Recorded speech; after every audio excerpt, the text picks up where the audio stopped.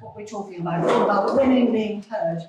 So to the men in the audience, thank you very much. Very brave of you to be here.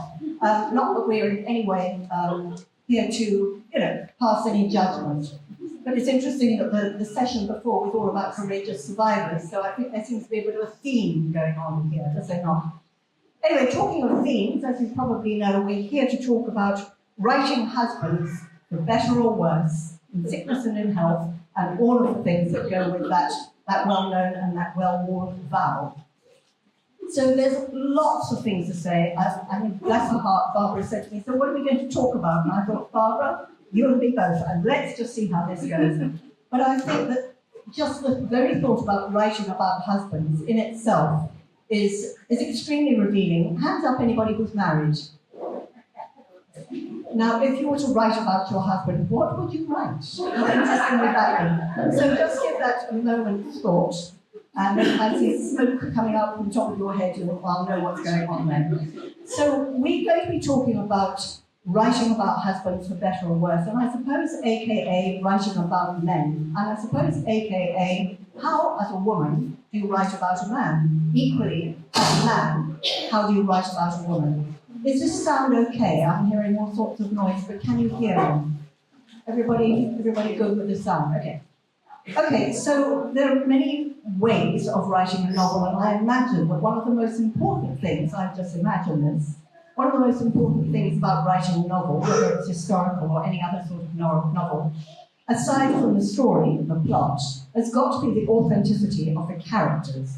So and they do say, and I've never managed to verify this, they do say that every writer simply writes about themselves, because who do you know best? You know yourself. So one way or another, everything is coming through the you filter. So writing about a man and writing even closer about a husband, I can imagine is no easy thing, or maybe it is, because maybe they're transparent. But who knows? But we'll get to all of those things. But I think what's important is it's not just the writing about somebody, it's the getting to know somebody and finding out how that works. So I'm going to, I must just share with you that this morning I was at the UCT summer school, and there was a gentleman talking about books and looking after books. And he said, do not put post-its in your books because it ruins the books. So forgive me, I'm so sorry. Anyway. But that's just the one. Actually, I've taken half of them out anyway. I didn't need to put them in yours, Barbara, because every line was a coconut, if you know what I mean. Or not really, that's a wrong phrase. Anyway, so I think what we need to talk about is we need to talk about these specific men. But what's interesting in the case of Dr. Barbara Boswell, does anybody not know Dr. Barbara Boswell? Okay, well that answers that question. Does anybody not know Penny DeVos? Penny Hall DeVos? Oh, okie dokie. Right, let me tell you. Let me tell you about them both. Our two esteemed writers here, Barbara Boswell, writer, academic, associate professor at UCT, whose books are Grace, a novel, and Wrote My Story Anyway, Black South African Women's Novels as Feminism, and Loretta Mpogo, Writing the Practice of Freedom. And here we have a comrade's wife, the comrade's wife, which is hot. It's hopefully a fictional contemporary story, hopefully a fictional contemporary story about a woman who falls for a comrade and faces the consequences of that. And Penny Hall DeVos is a former journalist who specializes in writing about remarkable women. Broad brushstrokes show me the woman who's not remarkable. And previous books have been Nico, The Wilderness Between Us, and The Invincible Miss Pass, and her latest, which I've just started reading, is called Follow Me to Africa, which is wonderful, all about Mary Leakey. And here we're going to be talking about the woman at the wheel. So what's interesting about these two books is that Barbara's book is a novel, a fictional novel, I was suggesting, that is very, very contemporary. Penny's book is an historical fictional novel because it is about a real-life person called Bertha Benz, who was the wife of the more famous Carl Benz, who was the inventor of the horseless carriage, aka the car.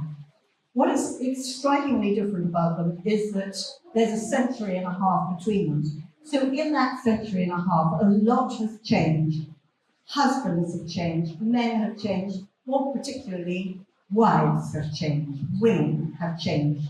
So I think that's what we're looking here. So both of you have written about husbands. Barbara, in your case, you've written about Anita, who is your protagonist, whose husband, I'm going to give him no adjectives, is called Neil. And Penny, you have written about Bertha Benz, whose husband is called Carl. And Carl is an inventor, and Neil is, he thinks himself as invincible, shall I say that?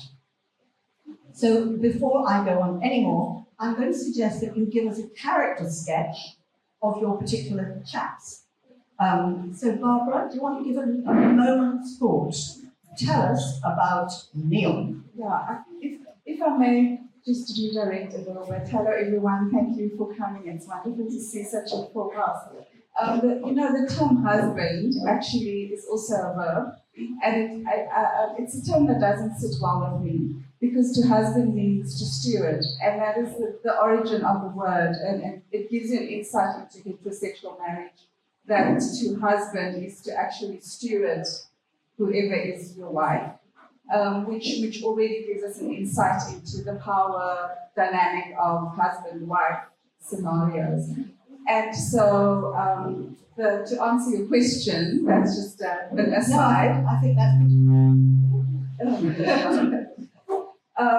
so to answer the question, the husband in question in this novel, or the spouse, is Neil. And he's a politician, he's very successful, he's poised to ascend in the party of which he's a member.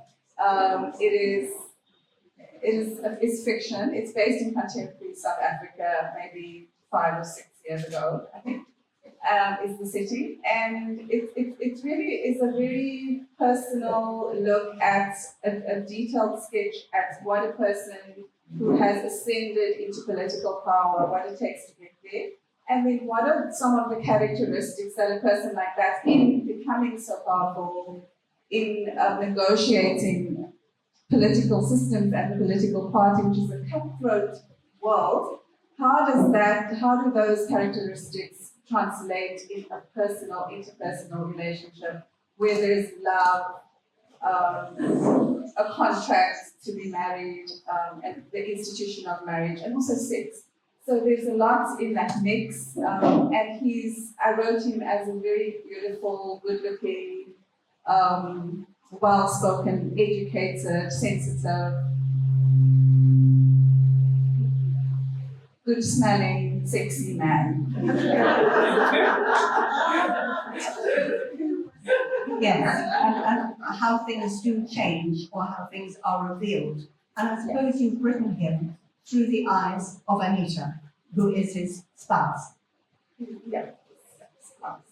Okay, let's leave it at that. Penny, do you want to describe to us young Carl Benz, or quite right? Yeah, I'm not sure Carl Benz was sweet-smelling.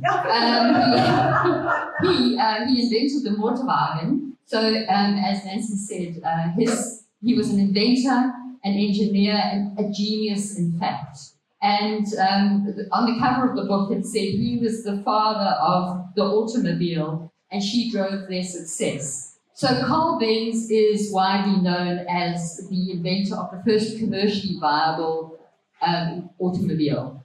His dream was to create a horseless carriage.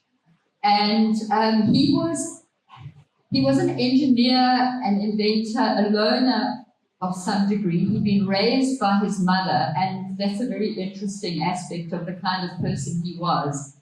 And Bertha fell in love with him because of his dream, and because of how she related to what he wanted to do, but also to the way he approached her. So he was a man who was, quite a lot of readers say to me that if he had been alive in this day and age, he probably would have been on the spectrum somewhere. He had some socially awkward moments. He had difficulty relating to people who didn't immediately understand what he was doing, and he was a very smart man, so he was quite intolerant of people who just didn't get it.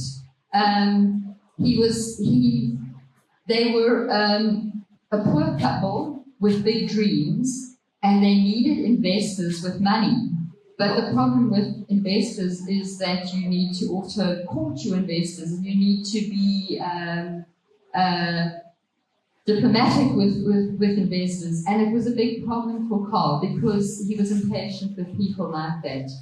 That was Carl Benz, a genius, but with someone who lacked that ability to also be patient with people and to maybe understand that not everybody thinks the way that he thought. So you've written him also through the eyes of Bertha, and you've given her a very kind filter, because other women might have said, for God's sake, this man is hopeless, he's got his head up, wherever he's got his head up. But she was very gentle, so you've been very gentle to him, if I can say. Bertha was very gentle to him. She was very forgiving of him. So that is a lens through which you've written him. But you talk about his mother. He was brought up by his mother. I want to go straight into mothers, because they do say that a woman marries her father and a man marries his mother. And if you meet a person's mother, it tells you a lot about that person. If you meet a person's father, if you're lucky enough to meet a person's father, that also tells you something.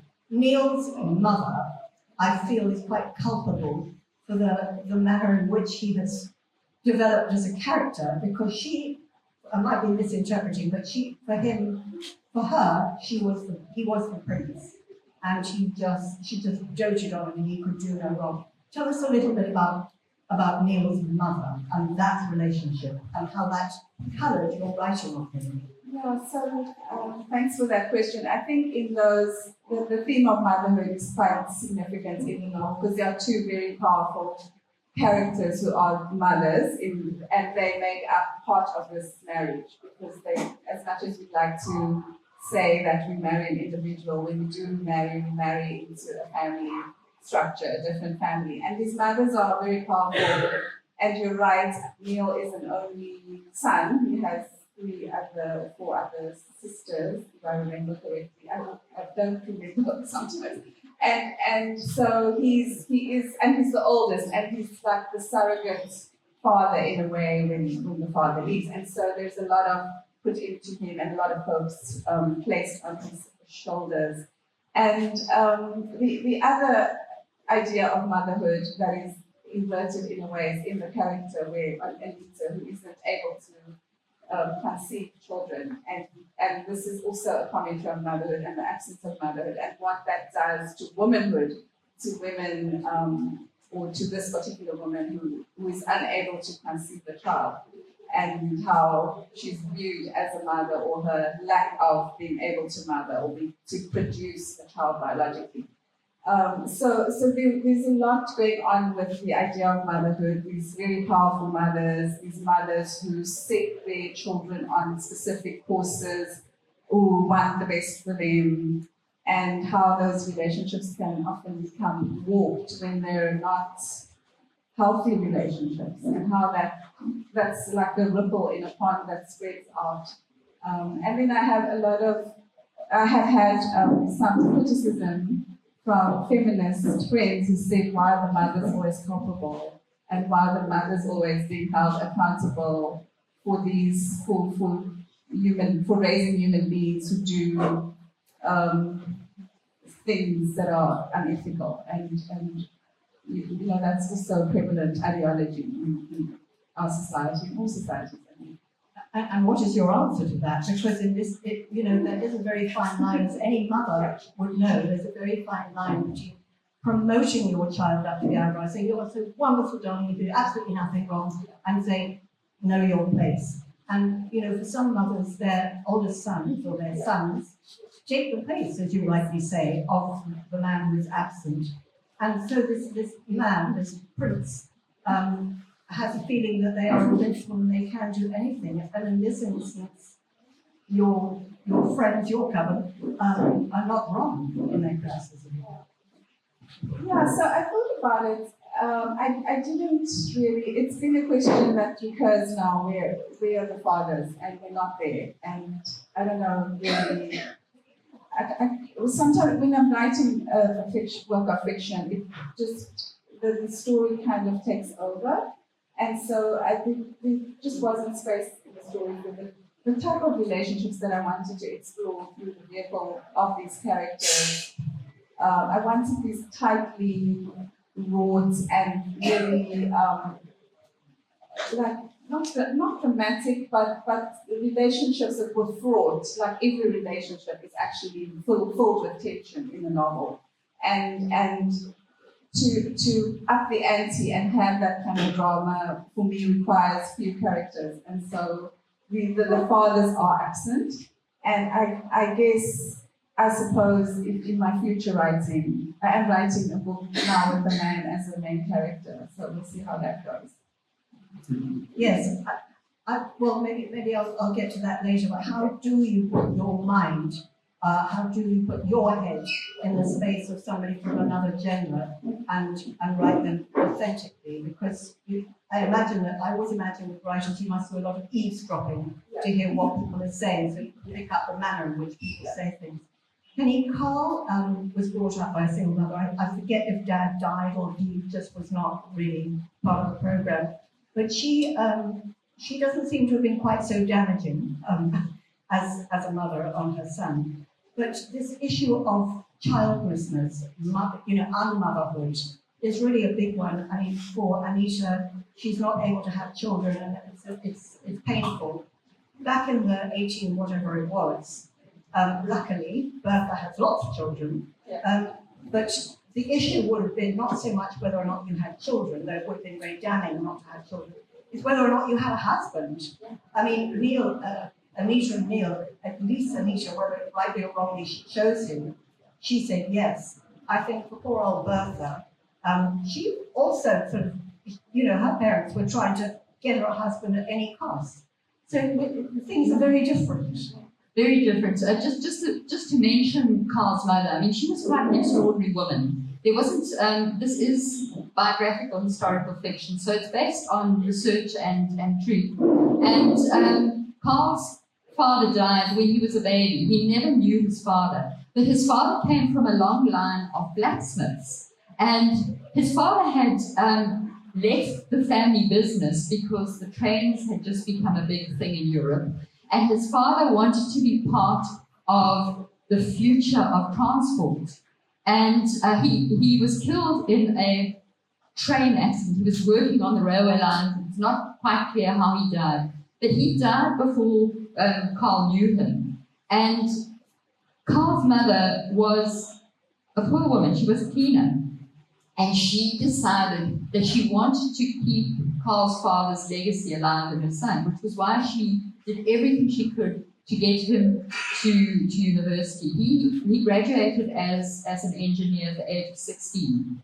And I think she was an extraordinary woman in that regard. And so Carl kind of, it was part of his motivation was the fact that his father had been so interested in the future of transport and that he didn't want to be a blacksmith because he believed that blacksmiths were still shoeing horses. He wanted to be part of the future of transport. And I think Carl's mother was quite extraordinary in doing everything she could to enable him to follow that legacy. But to get back to Bertha, Bertha came from a wealthy family from Pforzheim, which was the gold center, the watchmaking and jewelry center of Germany at that time. And her father was a master builder who had worked his way up into a very good situation.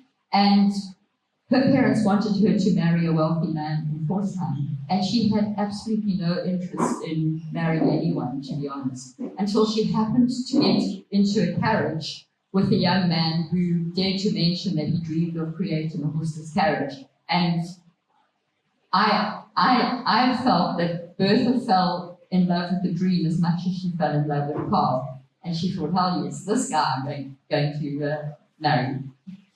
Yes, what does one fall in love with? What does one, where is that sort of initial inkling of a spark of something, and how does it grow? And in Neil's case, I mean, you said it, he was sexy, he smelled good, he wears all these sort of designer clothes. In fact, I hated him. I can't bear men who are too well dressed, because I think, what are you hiding? To what extent does appearances count when choosing a husband, when writing a husband? Does one describe the cologne, all these things? Or, I mean, in Carl's case, he's a bit shambly, he's a bit of a mess, really, a bit homeless. So what was, was Neil that? It's this one. It's the spirit of Neil coming down the water. It was his appearance very much part of her? Was that, what's the word, the pheromones that got her, the way he looked, the way he smelled, was that all part of being, I need him for my husband? I think you have to. Neil's such a terrible character. Sorry to give spoilers away, but there had to be a compelling reason why she keeps on keeping on with him. So I thought, well, I mean, it's very superficially what we, right? But he's also smart, and he talks a good talk. He's very charming. He's very intelligent, but those superficial things. I think in the novel, to make it plausible, I felt like, there's a very strong sexual attraction, and I think that sexual attraction, which emanates from what he looks like, what he smells like, is a kind of a glue that keeps it together way beyond when they should be. He is a very good talker. He's a lawyer, which means that he talks very well, very smooth, and he's got these very practiced, not just pick-up lines, but put-down lines. You're not giving me that one again. And I thought, how does she not see this? There must have been, and just to give it away, Anisha has a couple of friends called Chandeka and I can't remember the two friends, but they call themselves a coven, the three of them, because they get together and they sort of share, knowledge and worldly advice. And I thought that was really good. But in terms of dialogue, in terms of what he says, how do you do that? Do you listen a lot to? Because in your instance, you've not just written about the husband, you've written about the colleague, you've written Gary. Do you do a lot of listening and trying to analyse what they're actually saying below what they said? Yes, I do. I do eavesdrop.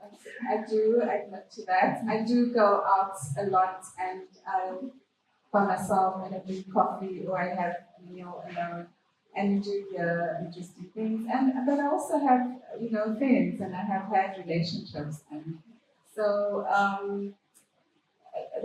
I did make it a very dialogue-heavy novel because I wanted the three friends in the friendship group to do differing perspectives on love and romance and heterosexual relationships and what it takes to have a successful heterosexual relationship. So, the one character, Tantiso, is a psychologist and a sangoma, and so she gives the emotional, psychological point of view, and the other one is Claire, and she's a lawyer, and she gives the legal point of view, like, have your prenup check who owns the assets in the marriage. So I wanted all of those voices to enrich the story so that we could have this so-called love relationship, this romantic relationship, from the perspective of one who deals with the heart and the emotions, and the other one who deals with marriages breaking up. And then, of course, Elisa is the social scientist who analyzes people for a living. And so they're all analyzing in there. I really enjoyed that, writing that. Yeah. I'm just wondering when it comes to choosing a husband, if one does choose a husband. I mean, there's dating sites, it's a whole new story, but I wonder if one needs advice. I mean, one maybe needs to go check out his mother, or maybe one needs advice from your buddies, before you say yes, or even maybe, if that's a good idea. But one thing that they don't have, that Anita and Neil don't really have, is shared interests. And that's one thing that Bertha and Carl have. And I wonder to what extent that is really important in a successful spousal relationship, let's say. They have not just shared interests, but Bertha has, rightly or wrongly, poured her life into his interests. And, so from that point of view, it becomes very successful. Do you think that's important? I mean, in this instance. It's very interesting because my husband and I do Wordle together, and aside from that, he writes his motorbikes and I write books. We walk the dogs together too, yeah. But I think for Bertha, it was a deal maker. The Carl's interest in or his dream of creating the horseless carriage, and she was always interested in the future. The book starts off where she is 10 and she goes to a building site with her father. She was fascinated by his work as a master builder. A master builder in Germany at that point was something of a combination between an architect and a builder. And she loved listening in on his talks with his colleagues. And she was devastated to find that he'd written next to her name. She was the third born, and she was the third daughter. And as was tradition back in the day, fathers would write the names of their children and the date of birth and the gender next to the name. And Bertha was 10, and she thought she had a special relationship with her father because she was the one who was interested in his work, and she was the one who was interested in how things were made and how the handles worked on doors of carriages and what have you. And her younger brothers showed no interest in that sort of thing. And she was devastated when she happened to be turning the pages of the family Bible and found that he had written her name out in full and written next to her name, unfortunately only a girl again. And when I read that research, I thought, I wonder how much of the kind of person she became was kindled by seeing that. I mean, it must have been devastating. She loved her father greatly, and as I say, she thought that they had a special relationship, and in fact they did, but the father obviously didn't realize what was happening there. So at that young age, she wanted to be more than a mother. She wanted to be more than someone who was just going to keep house. And I think she recognized when she met Carl that he had, maybe because he was quite an extraordinary man himself, he was quite enlightened for a male of the time. And partly perhaps because his mother had raised him on her own, maybe he hadn't seen how unequal society was for women, or maybe he just didn't notice it because of the kind of man he was, and that played into Bertha's hands. For the first time, she saw there's a possibility of having an equal partnership with this man. So yeah, that's. Yeah. She was quite prescient, really. She was quite ahead of her time because there's another woman in the book who gets married for altogether different reasons, and she's quite envious of this shared interest that they have.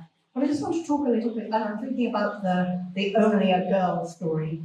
Ça change, Neil is the oldest boy, and he's got 3 or 4 other daughters that kind of also ran. What was important was that there was a son. Do you think that's maybe, to an extent, still the case? I mean, as a feminist, answer carefully. That's a sociological question. Yeah. And I'm novelist. Barbara, you cannot hide behind that. Just make it up. Just make it up. This whole book is a sociological reflection on, sadly, for better or worse, how things are or can be. I do think, certainly when I was growing up, I can only speak to, I haven't studied this, I studied women's literature. So I haven't studied contemporary gender relations in South Africa in any systematic way besides what I see on Twitter. But when I was growing up, definitely there was a premium on boy children. In my own extended family, boys were treated differently. So that's why I'm a feminist, because I was treated so poorly as a girl in my family. And so, I'm now an older woman. I'm in my 50s. I don't know how people are raising children at this contemporary moment. And I suspect that there's still a very high premium placed on boys and sons, and that often the hopes of families are invested in them. But I cannot give a definitive answer to that question.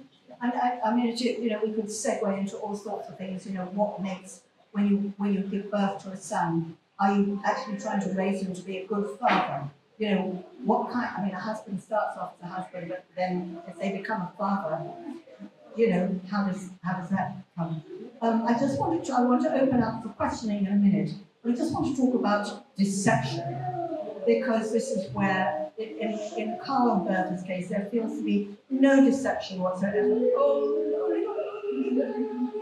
She's a bit, okay. But otherwise, it seems that hearts are on the sleeve. Darling, how are you doing so badly? You're not being honest with me. They do it.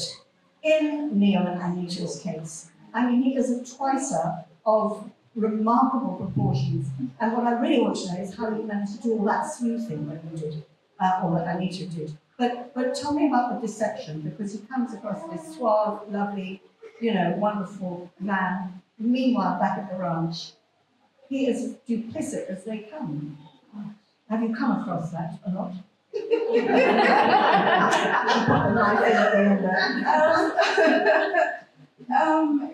Not to the extent that Neil goes. I haven't come across it to that extent. But I do think there's deception and then there's betrayal. And I think for me, as when I was writing it, betrayal was the larger thing, because I did, in my scholarship, I write about women and nation, and I look at how women in art address issues of nation and nationhood. And for me, this is part of that body of work. I think I would put my own work in that category, because the marriage is really a microcosm for the state of a nation. And it's quite a glib device in a way, but it's a device which looks at betrayal. From the personal to the very large political scope, and what does that betrayal look like? So yes, it's about a marriage, and it's about these two people, but there's it's not an accident that Neil is a politician, and a politician from a particular party in this fictional world. So because I'm trying to comment on that, and for better or worse, using the subtitle of this panel, trying to look at the equivalencies in a larger power play that has really been very disappointing. So I was playing with those two realms, the micro institution of the marriage and the larger. Yeah. Your book deserves a lot of unpacking, because there's all sorts of references, different things going on. And I know that we touched on dating sites, but I wonder to what extent dating sites starts with deception. What do you say about yourself on a dating site? What picture do you put up? Do you lie about your interests and your past, or anyway, story for another day. Penny, you said that there may be a little bit of deception. I'm going to let you try deception, but also competition, because the point of the matter is that Bertha is a whole lot brighter of a person than our Carl is. I mean, that's the bottom line, isn't it? And she's the driving force. I mean, she drives the thing. Do you want to tell us a little bit about deception and how they handle competition? Does he ignore it? And she doesn't rub it in his face? Do you mean competition between the two of them? Yes. it's such an interesting thing that I'm the world's most competitive person. I put my hand up there. I've got two older brothers. You talk about feeling, that's when your feminism started. My feminism started with having to compete against my brothers. So there probably is some of that there. But I think that there were just aspects of the business that Carl didn't realize. That whole, Bertha takes the car, the Motorwagen has just been patented, it's 1888, and they're having difficulty getting people to believe in this vehicle. And I'm talking very fast because the sun's going up there. And Bertha takes that vehicle out of the workshop in the cold hours of the early morning with her two teenage sons, and they drive the car 106 kilometers between Mannheim and Pforzheim as a PR stunt to show people that this vehicle can do this distance. I mean, it was the most extraordinary thing. Carl wouldn't let him do it because he had all sorts of ifs and buts and maybes and should go here and shouldn't go there. So she was definitely smarter in terms of being more astute on the business side and maybe seeing the bigger picture. Whether that was competition or not, but he obviously at some stage said, you won, and handed it. He was a wuss, really, wasn't he? He was a wuss. Okay, we don't have much more time. We didn't have any time at all, but I think we may have some questions.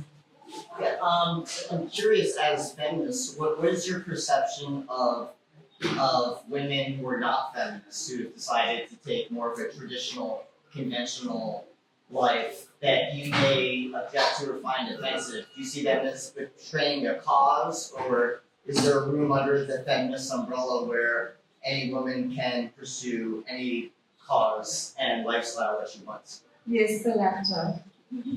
Lots of room under my umbrella. Come. No, I think it's just accepting that. I'm also an individualistic. So if you take on what works for you.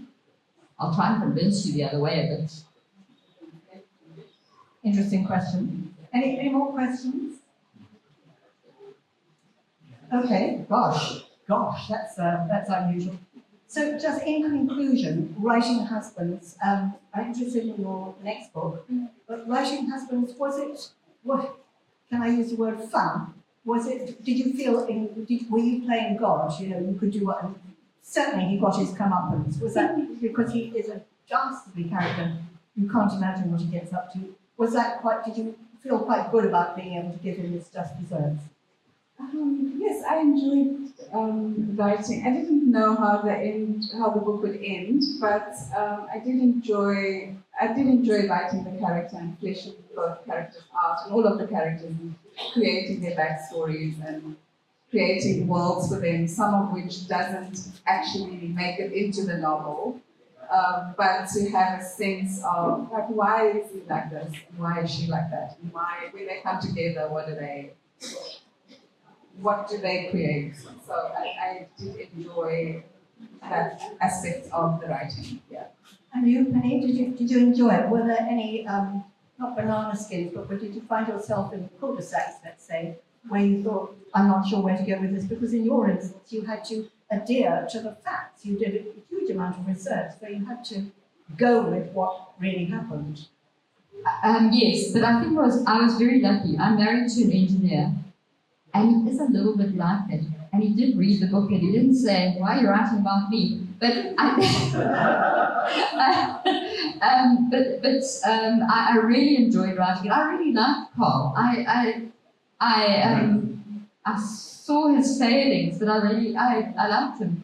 Yes, bless his heart. And he also, at the end of his life, he spoke about how amazing his wife had been, and I think that says it all, really. Yeah.